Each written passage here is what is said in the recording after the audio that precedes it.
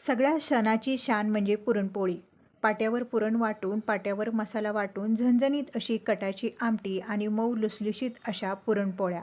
आज आपण एकदम साध्या आणि सोप्या पद्धतीने कशा करायच्या ते बघणार आहोत. नमस्कार, माझ्या स्वयंपाकघरात तुमचं खूप खूप मनापासून स्वागत. 2 वाट्या समान आकाराच्या आहेत. 1 वाटी हरभरा डाळ घेतली, 1 वाटी गूळ घेतला. आता सगळ्यात आधी आपण डाळ ओल्या कापडाने पुसून घेऊया. याला पावडर लावलेली असते. ओल्या कापडाने अशी पुसलं की पावडर सगळी निघून जाते. आता डाळ ताटामध्ये काढून घेऊया. 1 चमचा तेल घालूया आणि तेल सगळं या डाळीला असं चांगलं चोळून घेऊया. आई करते तशा पुरणपोळ्या आज मी करून कुकरमध्ये 2 मोठे तांबे पाणी घातलं. गॅसवर कुकर ठेवला. पाणी गरम झालं की तेल लावलेली डाळ यामध्ये घालून घेतली. 1 चमचा हळद घातली आणि कुकरचं झाकण लावून 4 शिट्ट्या करून घ्यायच्या. डाळ शिजते आहे तोपर्यंत परातीमध्ये 1 मोठी वाटी गव्हाचं पीठ घेतलं. चवीप्रमाणे मीठ घातलं. 1 चमचा हळद घातली आणि थोडं थोडं पाणी घालून पीठ मळून घेऊया. थोडंसं घट्टच मळायचं. नंतर आपण पाट्यावर हे पीठ चेचणार आहोत. त्यासाठी पीठ घट्ट मळून घ्यायचं. पीठ आपलं मळून झालेलं आहे. पिठावर झाकण झाकून थोड्या वेळासाठी बाजूला ठेवूया. डाळ शिजली आहे का बघूया. 4 शिट्ट्यामध्ये आपली डाळ एकदम मऊसूत चांगली शिजते. डाळीमधलं पाणी काढून घेऊया. बघा, डाळ एकदम मऊ चांगली शिजलेली आहे. आता आपल्या डाळीचं बघा एवढं येळवणी निघालेलं आहे. यामध्ये जास्तीचं पाणी घालून आपण नंतर आमटी करणार आहोत. गॅसवर कढई ठेवली. कढईमध्ये डाळ घालून घेतली. 1 वाटी गूळ घातला आणि या डाळीमध्ये गूळ चांगला आपण मिसळून घेऊया. गूळ बघा चांगला मिसळून झाला. थोडंसं मीठ घातलं. 1 चमचा बडीशेप पावडर, 1 चमचा सुंठ पावडर. हे सगळं घातल्यावर परत चांगलं मिसळून घेतलं. आता लगेचच आपण पाट्यावर पुरण वाटून घेऊया. असं पारंपरिक पद्धतीने पाट्यावर पुरण वाटून पोळ्या केल्या ना एकदम मऊ लुसलुशीत तोंडात टाकताच विरघळतात. तुम्हाला कधी वेळ असेल तर असं पाट्यावर पुरण वाटून पोळ्या करून बघा. पुरण बघा आपलं सगळं वाटून झालेलं आहे. हे काढून घेऊया आणि लगेचच पाटावर आपण कणिक चेचून घेऊया. थोडंसं पाणी लावायचं आणि चांगली कणिक आपण अशी चेचून घ्यायची आहे. त्यामुळे आपल्या ज्या पोळ्या आहेत ना एकदम मऊ लुसलुशीत छान तयार होतात. थोडंसं कणकीला तेल लावलं आणि परत कणिक चांगली अशी मळून घेतली.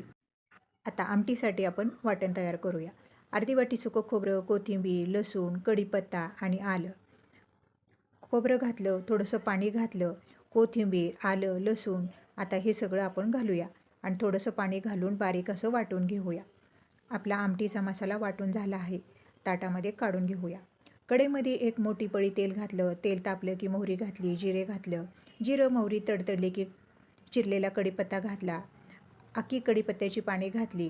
थोडीशी बारीक चिरलेली कोथिंबीर घातली. वाटलेला वाटण घातलं आणि हे वाटण चांगलं तेल सुटेपर्यंत तेलामध्ये भाजून घेऊया. वाटण आपलं भाजून झालेलं आहे. आता मी थोडीशी डाळ बाजूला काढून ठेवली होती. बारीक करून घेतली आणि जे आपण येळवणी काढलं होतं त्यामध्ये ही डाळ मिसळून घेतली. 1 चमचा घरगुती काळा मसाला घातला आणि हे डाळीचं पाणी निघालेलं आहे ते यामध्ये घालून घेतलं. आता यामध्ये आपण गरम पाणी घालणार आहोत. मी दुसऱ्या गॅसवर गरम पाणी केलेलं आहे ते यामध्ये ओतून घेणार आहे. चवीप्रमाणे मीठ घातलं. मीठ घातल्यावर थोडीशी कोथिंबीर घातली आणि मध्यम गॅसवर एक चांगली आपण याला उकळी काढून घेऊया. आपल्या आमटीला बघा उकळी आलेली आहे. आता गॅस बंद करूया. आपली झणझणीत अशी गावठी पद्धतीने कटाची आमटी तयार झालेली आहे. लगेचच पुरणपोळ्या करायला घेऊया. पोळपाटाला असा रुमाल बांधून घेतला. रुमाल बांधल्यामुळे आपल्याला पुरणपोळ्या पटापट लाटता येतात, चिटकत नाही आणि पीठ पण कमी लागतं. कणकेच्या गोळ्याची अशी वाटी करून घेतली आणि पुरणाचा असा लाडू करून घ्यायचा आणि ह्या वाटीमध्ये लावून घ्यायचा आणि दोन्ही अंगठ्याने पुरणाचा गोळा आहे तो असा खाली दाबायचा आणि असा मोदकाला आकार देतो तसा या उंड्याला आकार द्यायचा. जास्तीचं पीठ काढून घ्यायचं, तोंड बंद करायचं आणि हा गोळा पिठामध्ये बुडवून घ्यायचा. जास्तीचं पीठ आहे ते सगळं असं काढून घ्यायचं आणि हलक्या हाताने पोळी लाटून घ्यायची. जास्त जोर देऊन पोळी लाटायची नाही. हलक्या हाताने वरच्यावर पुरणपोळी लाटायची. लागेल तसं थोडं थोडं पीठ लावायचं. कडा मध्यभागी एकसारखी पुरणपोळी लाटून घ्यायची म्हणजे सगळ्या बाजूनी आपली टमटमीत अशी पुरणपोळी फुगते. आपण पुरणपोळी लाटायला घेतो त्यावेळेसच तवा गरम करण्यासाठी ठेवायचा आहे. तवा तापलेला आहे. यावर आपण पोळी घालून घेऊया. खालच्या बाजूने थोडीशी पोळी भाजली की उलटवून घेतली. बघा कशी टमटमीत अशी पुरणपोळी आपली फुगलेली आहे. दोन्ही बाजूनी चांगलं तूप किंवा तेल लावून घ्यायचं. कडा आहेत त्या चांगल्या अशा भाजून घ्यायच्या.